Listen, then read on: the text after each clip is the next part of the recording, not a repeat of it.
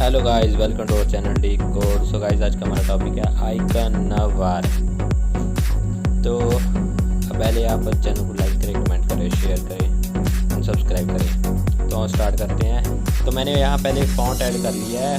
Font का link मैं description में दे दूँगा, आप वहाँ से देख सकते हैं। सो गाइस, देखिए आगे।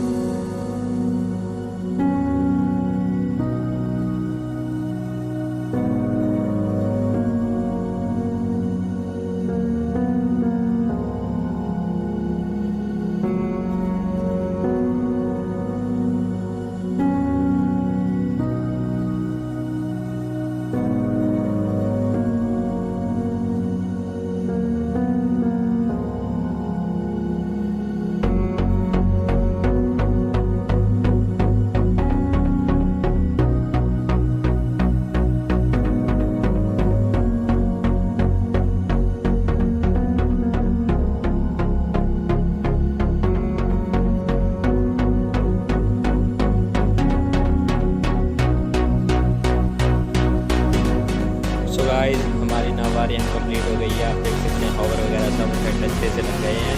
अगर आपको वीडियो अच्छी लगे तो लाइक करें, कमेंट करें, शेयर करें एंड चैनल को सब्सक्राइब जरूर करें। सो गाइस थैंक यू, और आगे हमारे चैनल के साथ जुड़े रहिए। Thank you guys.